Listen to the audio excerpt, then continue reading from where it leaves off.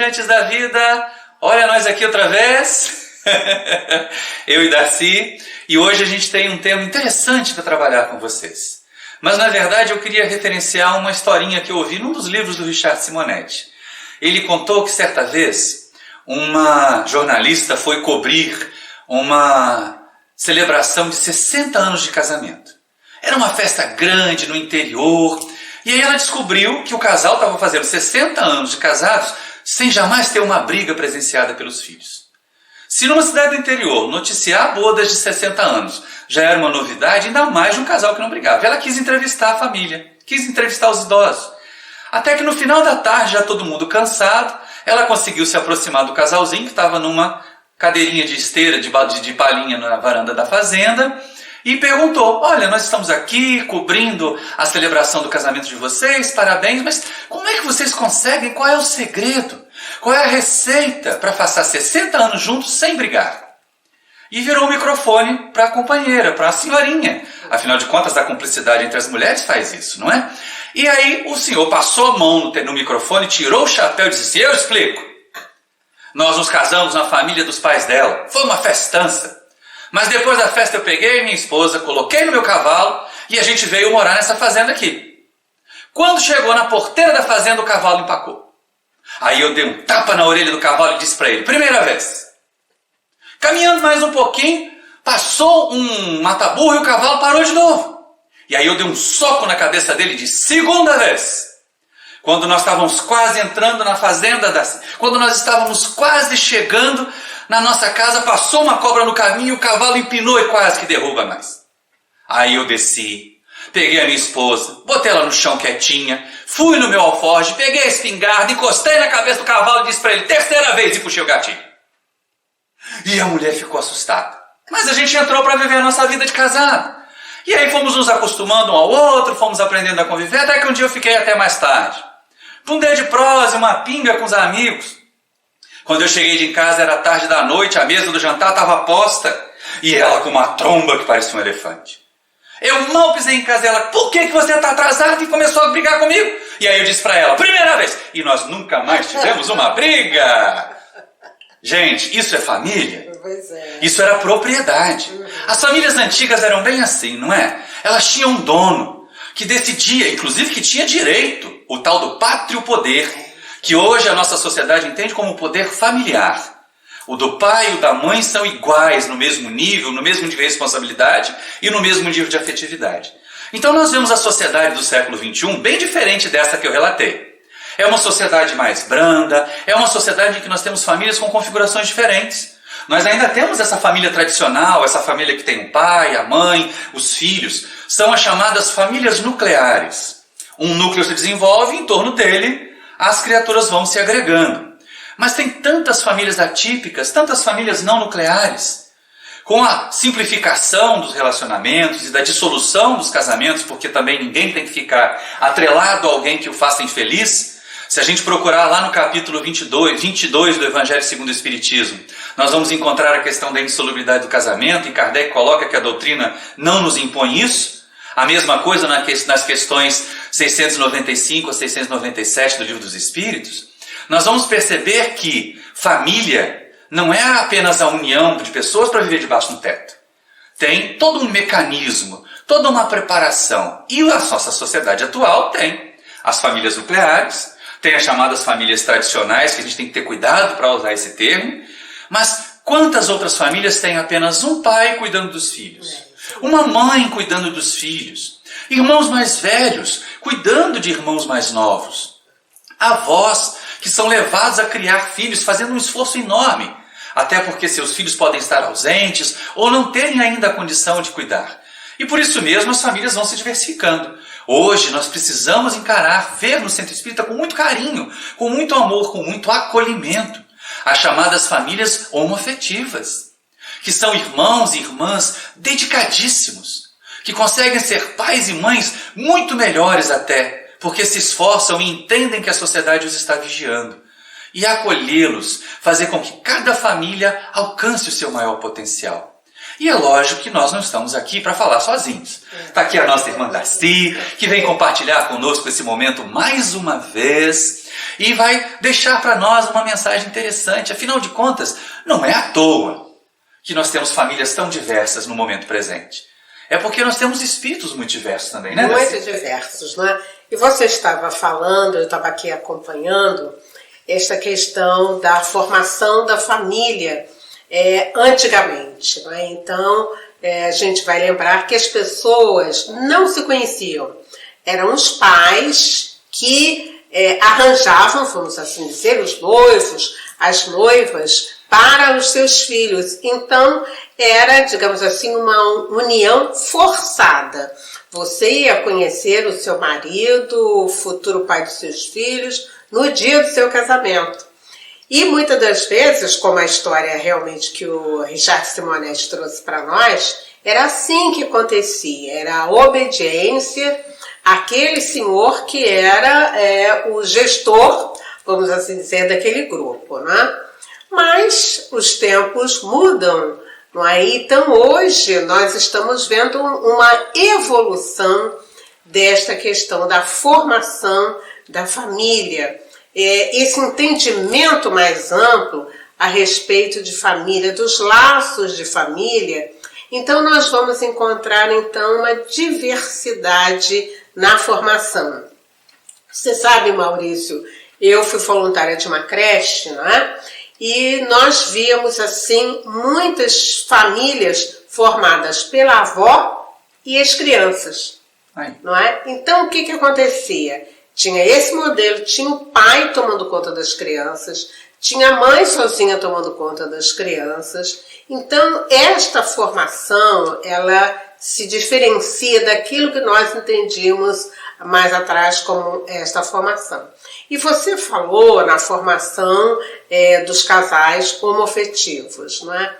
É muito interessante, muito bonito nós estarmos assim acompanhando esta evolução, esses conceitos que vão trazer para nós uma alteração naquilo que nós entendíamos como formação de família, mas que os tempos modernos, a família moderna, apresenta para nós. Então, são aqueles irmãos, 2 homens ou 2 mulheres, não é?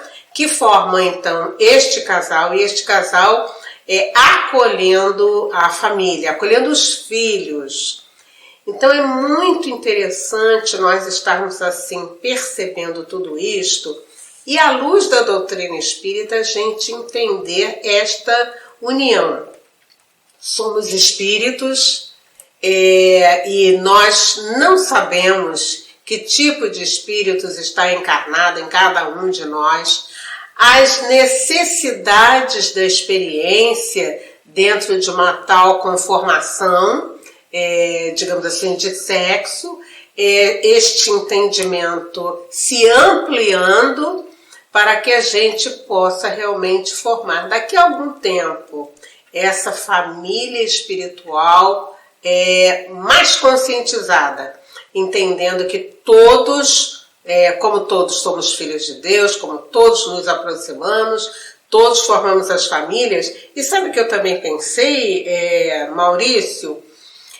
Às vezes as pessoas, por exemplo, os nossos filhos, né, eles precisam estudar em outros espaços.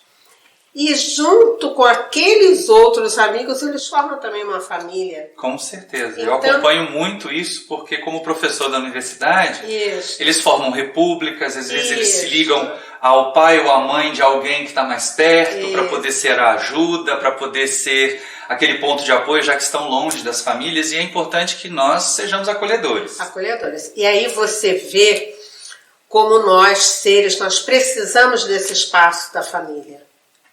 Seja em que conformação ele for, mas nós precisamos estarmos ligados uns aos outros, e esta ligação ela vem sempre por afinidade, não é? E nós então formarmos este núcleo de uma família espiritual, né? É o núcleo de uma família cujos laços, eles não são os consanguíneos, não é? Mas são os laços da amizade, são laços espirituais que foram construídos por nós ao longo da nossa vida. E é interessante a gente lembrar, porque assim, lá nas questões 200 a 202 do Livro dos Espíritos, a gente aprende que espírito não tem sexo. É verdade. Tá? Então, que o que existe entre espíritos é afetividade, é amor.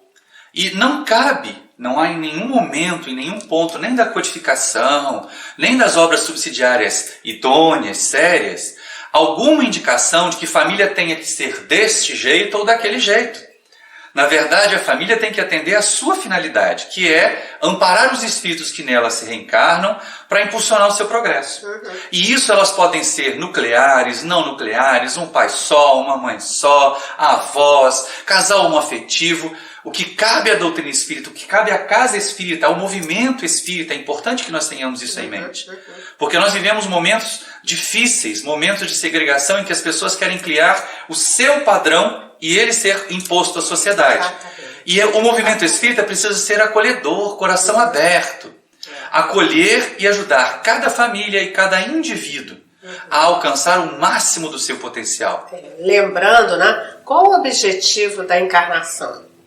É a melhoria do espírito. Então, esteja ele em que conformação física ele estiver, nós já vamos saber que há uma necessidade, a nível de experiências de espírito, dele passar por aquela fieira. Então, em que posição for, o nosso papel, o papel dos pais. Porque o que acontece também, não é, Maurício? Às vezes o preconceito do vizinho nos alcança e a gente então precisa se desprender desse tipo de ação e lembrar: eu estou aqui com este meu filho, que antes de ser meu filho é um filho de Deus e é um espírito que está próximo ao meu coração, e o meu papel é de acolhimento. Exato. Assim a gente consegue, na casa espírita, que é onde essas famílias poderão ser acolhidas, onde nós poderemos aprender com eles, tenhamos o cuidado de aprender com quem nos procura. De vez em quando a gente se coloca na casa espírita como sendo os provedores do bem-estar, mas a relação na casa espírita é de aprendizado recíproco. Mesmo a criatura problemática que vem para o atendimento fraterno, que fala de um filho dependente químico, que fala da dificuldade que tem ainda de aceitar ou não a homossexualidade de um filho ou de uma filha, eles vêm nos ensinar algo. Tenhamos mente aberta para aprender. E acima de tudo, nós temos a codificação, nós temos as obras subsidiárias sérias.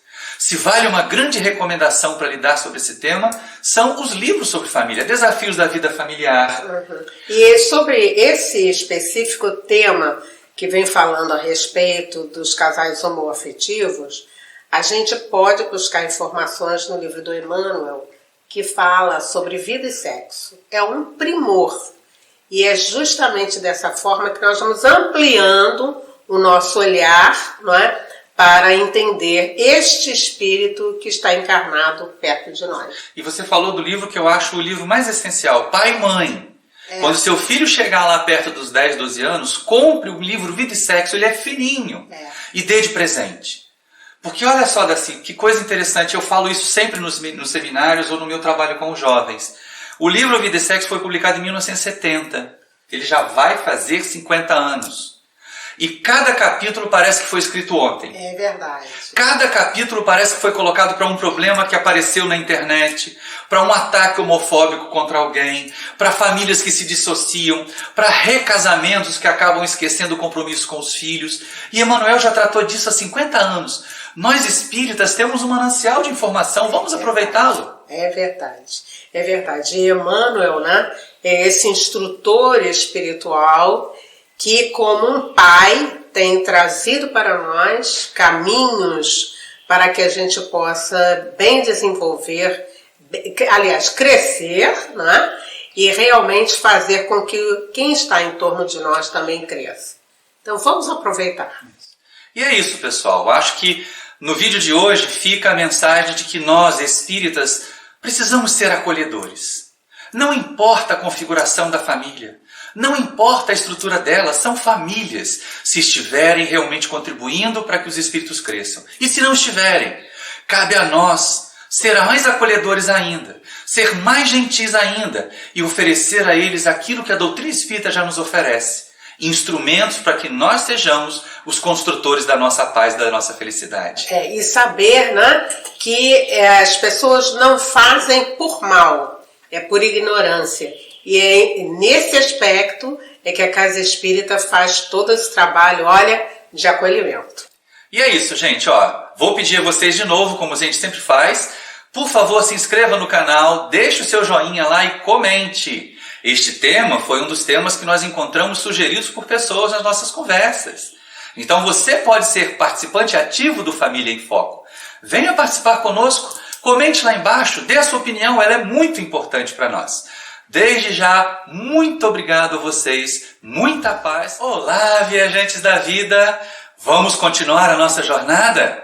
Antes de mais nada, aquelas lembranças clássicas. Se inscreva no nosso canal, divulgue os links dos nossos vídeos, dê o seu like, o seu joinha, de preferência, mas se você não gostar, também dê o dislike lá e, sobretudo, comente.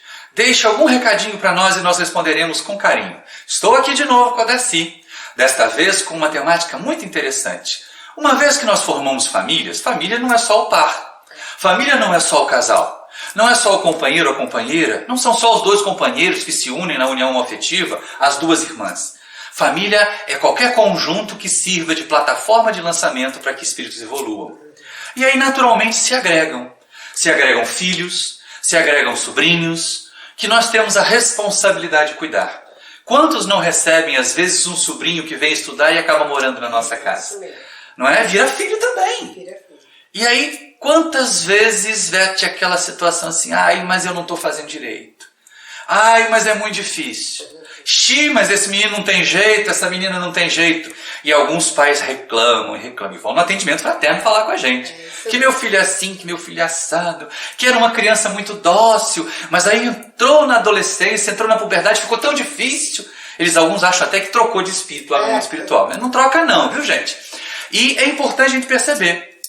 Algumas vezes a família, como Emmanuel diz, lá no Vida e Sexo, ela é um cadinho de depuração, em que se reúnem pessoas que têm ainda necessidades evolutivas, exatamente para que elas sejam impulsionadas. No Livro dos Espíritos, algumas vezes, nós vamos ver Kardec recebendo dos benfeitores essa informação, que pode acontecer lá naquela questão de por que pais que são bons, generosos, recebem filhos que são malvados. E aí os Espíritos respondem, pode ser que um espírito necessitado, inferior, tenha pedido. E esses espíritos aceitaram recebê-lo como filho para que ele se eduque. Nessa hora que a gente começa a pensar assim, será que só os filhos que são problemas, Darcy? Será que só os filhos é que dão problema e dor de cabeça? Será que não tem pai e mãe que devia também ser tratado no nosso centro como alguém que dá problema para os filhos? Eu falo nas palestras, a gente tem 30 horas de aulas teóricas para tirar a carteira de motorista, mais não sei quantas horas de aula prática, agora tem o tal do simulador para tirar uma carteira de motorista. E não tem que estudar para ser pai e mãe? Que negócio é esse? Pois é. Você sabe, é muito interessante e importante este assunto, né? Porque a gente pode dizer, né, que agora, nesse tratamento que está sendo dado à família na Casa Espírita, nós estamos formando assim uma escola de pais. As pessoas dizem, como você falou, para ser motorista eu tenho que entrar numa escola. E o professor Rivaio, num livro também especialíssimo que se chama Proposta para a Educação do Público, ele vem falando o seguinte, que para estudar medicina você precisa de 7, de 10 anos, mas para tratar de um assunto tão, não só frágil, mas como importante, indispensável, que é a maternidade e a paternidade, você não tem curso. Então o que acontece? Muitas das vezes nós educamos os nossos filhos como nós fomos educados pelos nossos pais, que muito pouco sabiam a respeito da educação. Então diz lá o professor Rivaio que este tema, a educação, é um assunto muito complexo e que pediria anos de estudo no sentido de cada um de nós pudéssemos trabalhar a função da família, aliás, uma das funções da família, que é a função da educação. E quando você falou que existem pessoas também que são pessoas difíceis, né? Não é só o filho.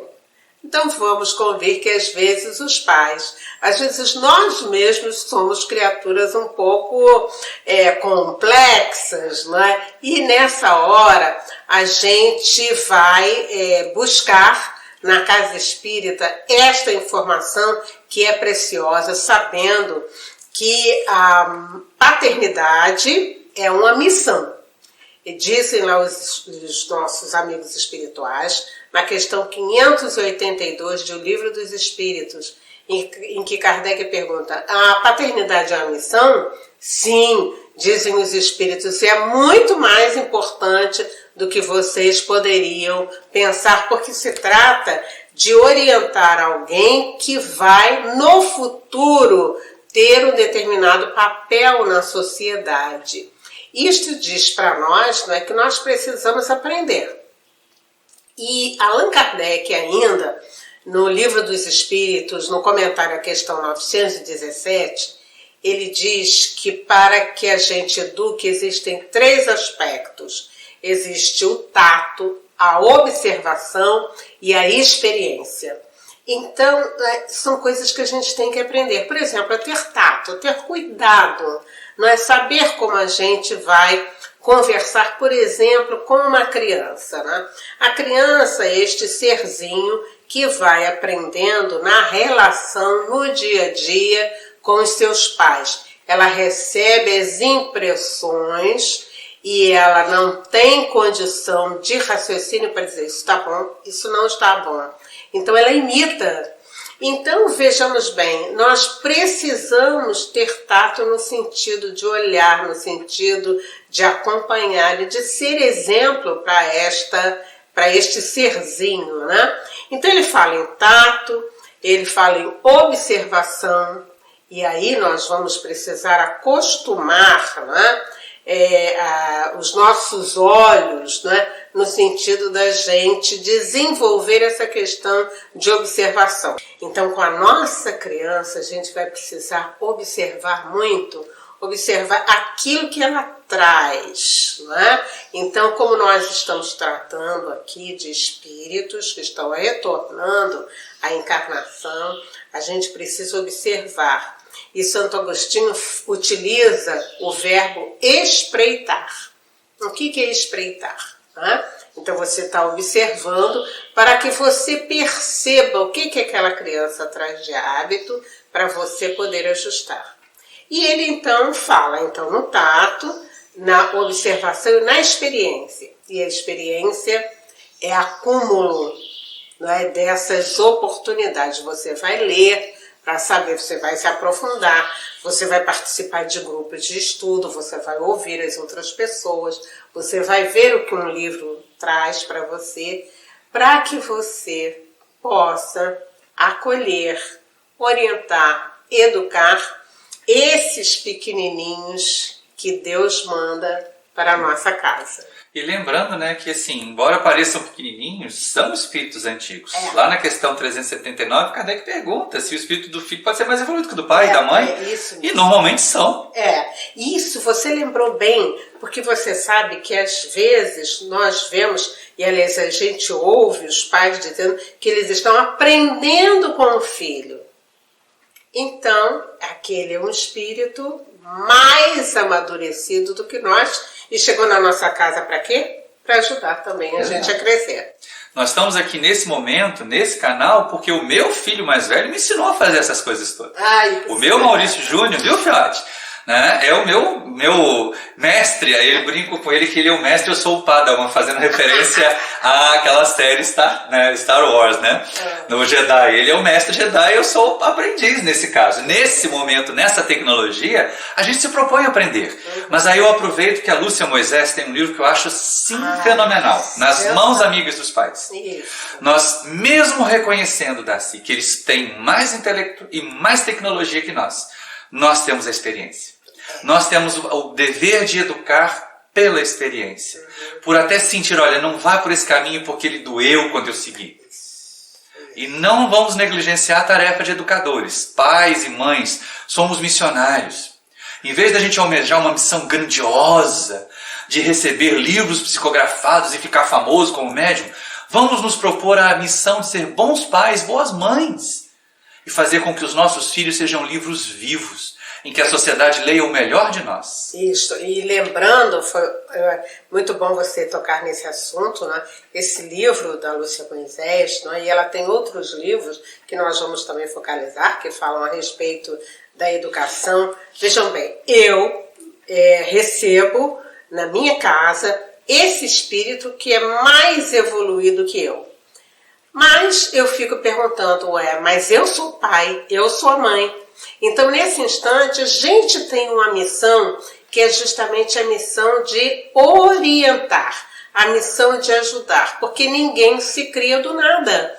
Então, nós precisamos ajudar esses amigos a percorrerem este caminho. E neste caso, tenhamos a certeza, se Deus colocou esse espírito conosco, é porque nós temos algo a dar. E você falou da experiência, que é muito importante, que é desse acolhimento, que é de provocar o diálogo, é de conversar e, além de conversar, estar orando e vibrando por essa alma que está nesse instante junto de mim. E é importante a gente lembrar, porque de vez em quando nós ficamos ansiosos na tarefa de pai e mãe. Eu posso estar errando. Calma, gente. Nós estamos aprendendo também. Nós também somos alunos. Isso. O José Grosso, que é um espírito muito amigo, ele diz o seguinte pra gente: educa sorrindo, educa afagando. Junto a Jesus te afaste da carranca. Quer dizer, essa posição, não, mas eu não posso errar, eu tenho que fazer. Olha, tenha calma, saiba que seu filho, antes de ser seu filho, é um filho de Deus, que ele tem anjo da guarda, nós também temos, e eles vão nos ajudar. O que nós precisamos realmente é estarmos atentos à questão da educação e da formação moral das nossas crianças. E outra coisa, pai e mãe, vamos lembrar o seguinte, há um aforismo que diz assim, o bom, né, o ótimo é inimigo do bom. De vez em quando a gente quer fazer tão ótimo que não faz nada, que acaba não fazendo o nosso melhor. De vez em quando, você não precisa trabalhar horas extras a fio para dar o videogame mais caro para o seu filho. Mas precisa ir assistir quando ele vai ao treino de futebol, ou pelo menos assistir algum vídeo, algum filme com ele dentro de casa. Assistir aquela apresentação de balé. Exato. As crianças ficam, mamãe vai. E você diz, mas eu tenho tanta coisa para fazer. Deixa tudo e vai lá, acompanha, abraça. Isto é um momento interessantíssimo na vida do seu filho. Filhos são prioridade. Mas uma prioridade que não quer dizer que nós tenhamos que nos anular. Nós podemos ser felizes contribuindo para os nossos filhos serem felizes. Mas vamos continuar aproveitando, é muito compensador ser o pai e a mãe presentes. A gente sabe disso. Então, pessoal, eu acho que espero que vocês tenham gostado desse momento, dessa nossa conversa. Eu queria só, então, lembrar, né, já que nós estamos falando desses assuntos, reforçar essa questão que os nossos filhos, antes de serem nossos filhos, são filhos de Deus. E existe uma falange muito bonita das Legionárias de Maria acompanhando as mães. Isso é muito importante para a nossa vida. E sigamos com eles. A doutrina espírita nos dá ferramentas. De novo, agradecemos a vocês. Dê o seu like, se inscreva no canal e divulgue esse trabalho, que outras famílias também vão poder se beneficiar. Se você gostou, se você se sentiu beneficiado pelo nosso trabalho, passe adiante. Passe adiante para que outras pessoas também possam, junto conosco, compartilhar esses momentos de luz. Muito obrigado. Tchau! Oi, viajantes da vida! Sejam bem-vindos de volta ao Família em Foco. Hoje a nossa querida Darcy não está aqui ao nosso lado, mas a sua participação está garantida. Logo, logo ela trará comentários muito oportunos para nós.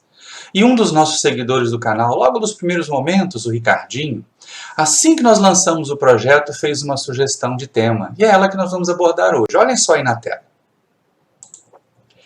Uma coisa que sempre me chamou a atenção é como uma mesma família, irmãos, muitas vezes gêmeos, com a mesma educação e tratamento pelos pais, podem ser tão diferentes, a ponto de um ter atitudes violentas e o outro não. Pode ser algo de vida passada? Se sim, então a educação e os esforços dos pais em casa não servem para nada? O que vocês acham? Será que é tão determinista assim?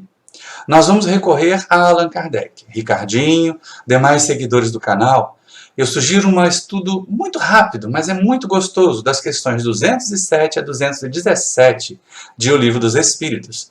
Lá nós vamos entender que nós somos individualidades. E aí Kardec pergunta aos amigos espirituais bem assim, olha só.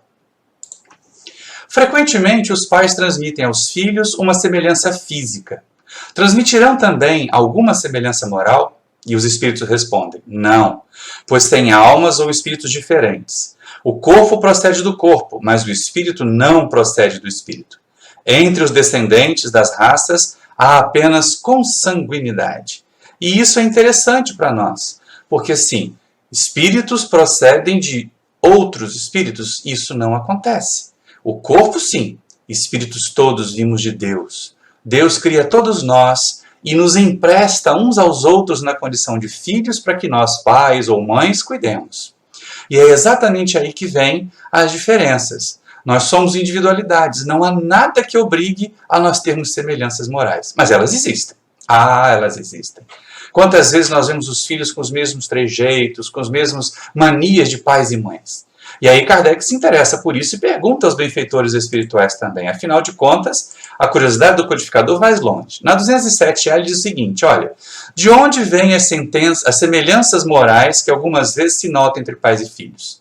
São espíritos simpáticos, atraídos pela similitude de inclinações. Ou seja, quando nós temos famílias com filhos muito parecidos com os pais, eles podem ter vindo de um mesmo grupo no mundo espiritual, mas continuam sendo independentes, continuam sendo individualidades. O mesmo serve para os irmãos. Olha só, na 211. De onde vem a semelhança de caráter que muitas vezes existe entre dois irmãos, principalmente entre os gêmeos?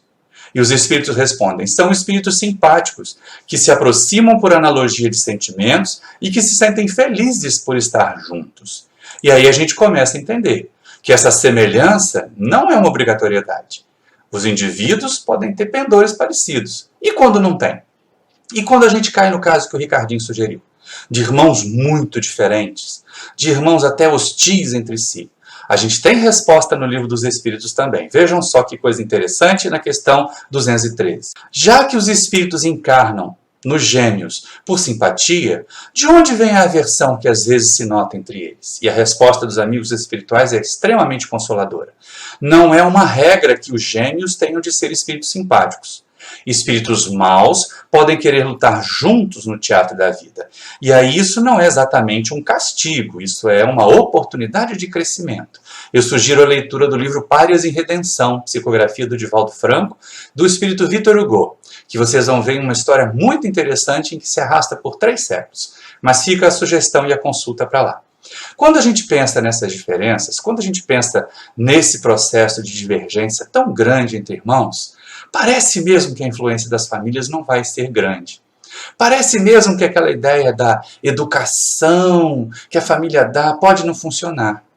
E aí, antes que a Darcy entre com seus comentários tão preciosos, a gente ainda vai buscar uma última ajuda do Livro dos Espíritos na questão 209, porque ela explica bem isso. Por que às vezes em famílias nós temos aquele lobo reencarnado entre cordeiros? Ou então uma única ovelha em meio a um monte de lobos vorazes? Por que essa diferença? Principalmente porque a diferença entre famílias harmonizadas e bondosas em que renasce um espírito desequilibrado, malvado. E aí o Livro dos Espíritos traz resposta para nós na questão 209. Por que razão pais bons e virtuosos geram filhos de natureza perversa? Em outras palavras, por que as boas qualidades dos pais nem sempre atraem por simpatia um espírito bom para animar seu filho? E os espíritos respondem, um espírito mau pode pedir bons pais, na esperança de que seus conselhos o dirijam por um caminho melhor. E muitas vezes Deus o atende. E aí a gente se sente muito tranquilo para perceber que é o estudo, que a educação que as famílias dão, principalmente a educação moral, a educação da alma, elas são muito importantes. Você não acha, Darcy? Não é nessa hora que as famílias se apresentam para nós como grandes instrumentos de Deus para o progresso, principalmente desses espíritos mais atrasados? O que você acha disso? Oi, amigo, como vai? tudo bem? Olha, esse estudo a respeito dos gêmeos é assim também muito interessante, você já foi colocando a respeito dessas condições, mas por que nascem naquela família, né, gêmeos, não é? Então a gente realmente pode dizer que são os nossos programas espirituais que pedem que nós nasçamos juntos ou separados uns dos outros. Mas a questão dos gêmeos tem realmente esta questão, e você lembrou muito bem, o livro Párias em Redenção, em que nós vamos ver aquele grupo de espíritos que está renascendo, está voltando, mas com situações muito difíceis, esdrúxulas, e que a violência, né, faz com que eles então se tornem inimigos. E a providência divina faz com que eles venham juntos numa situação de dependência. Quando a gente vai ouvir a gente vai ler, né, o texto, a gente vai ver. Então, um volta sem braços e outro sem pernas, para que eles, durante a vida, eles estejam sempre nessa dependência e desta forma eles possam perceber, eu dependo do outro, então eu vou, mesmo não querendo, eu vou ser grato a este amigo que aí está. E aí tudo vai se modificando. Mas aí você fala no papel da família, né? A família tem um papel da maior importância, que é através dessas relações que nós vamos propiciando o crescimento espiritual desses espíritos dos nossos filhos. Santo Agostinho, né, naquele capítulo do Evangelho, que é o capítulo 14 do Evangelho segundo o Espiritismo, no item 9, ele vem falando da grande responsabilidade que nós temos na formação das nossas crianças, né? Então ele diz, né, ó espíritas, compreendei o grande papel que está nas suas mãos, não é? Porque esta criança é um espírito, não é? Que ele está vindo nesse corpinho frágil para, durante este período, ele receber todas as informações, as orientações necessárias para o seu crescimento. Então, é Santo Agostinho que vem colocar para nós esta questão. Então, a formação moral do indivíduo, ela é primordial. Você pode dar todos os recursos materiais. Então, você vai dar o melhor médico, o melhor dentista, a melhor escola, as melhores condições, mas você vai precisar estar atento àquele espírito. E como é que você vai fazer isto, né? Desde a gravidez, você vai estar conversando com aquela alma a respeito da grande finalidade da vida, que é o aprimoramento moral. Da felicidade que é, como filho de Deus, você ter oportunidade de retornar para se reorganizar espiritualmente. E a partir daí, a partir destas conversas, não levar para ela a informação a respeito de Deus. Nós estamos vendo hoje em dia como faz falta você ter um propósito na sua vida. E qual é o propósito da sua vida? É o crescimento espiritual. Deus é bom, Deus é sábio, Deus é justo e amoroso e quer que a gente cresça. E entregou em nossas mãos estes que são filhos dele, mas que neste momento estão renascendo na nossa família. Então, na condição de gêmeos, trigêmeos, na condição que for, nós temos então essa responsabilidade da educação. Então, a gente também concorda com o Livro dos Espíritos, quando lá na pergunta 582 vem dizendo para nós que a paternidade é uma missão. Então, desde cedo, vamos repetindo, né, a gente vai estar conversando com aquela alma, conversando com esse espírito amigo que a gente sabe que ele faz parte da nossa família espiritual. nós sempre renascemos em grupos. Alguns vêm, alguns renascem e outros tantos ficam na pátria espiritual. Mas nesse instante nós vamos ter uma tarefa específica que é a de orientação nos primeiros passos desta criança. O professor Ney Lobo, num livro muito interessante em que ele fala a respeito da educação, ele diz assim que esse é um período em que esse espírito está assim numa abertura. Quer dizer, ele está pronto para receber toda e qualquer orientação. É um período, né, em que quem está em torno é que vai lhe dirigir os passos. Então é muita responsabilidade, mas também sabemos que esta responsabilidade vai sendo acompanhada pelos nossos anjos guardiães. Então, desde cedo, nós vamos estar conversando com os nossos filhos a respeito de Deus, e de Deus nós vamos estar sempre mostrando as flores, a natureza, os animais, e vamos então estar também conversando com esta alma a respeito da importância da sua vida. Todos nós nascemos com objetivos superiores de vida. Se assim nós fizermos, nós estaremos ajudando essas almas e nos ajudando também, não é? Porque é um prazer a gente estar com esses nossos filhinhos no caminho do bem e da paz. Muito obrigado, Darcy. Nós ficamos felizes com a sua colaboração. Que comentário generoso, que forma generosa de falar. Ricardinho e demais seguidores do canal, nós esperamos que vocês tenham se esclarecido, que tenha sido possível o nosso trabalho esclarecer um pouquinho mais a vocês. Nós somos individualidades, por isso não temos que ser iguais. Podemos ser até bem diferentes. Mas ao coletivo família cabe a tarefa de impulsionar o progresso de todos nós.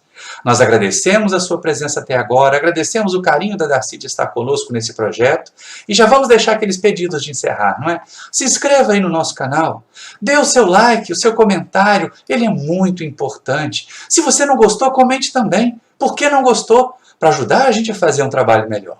Nós agradecemos muito a vocês pela oportunidade preciosa e até a próxima, até o próximo capítulo. Tchau!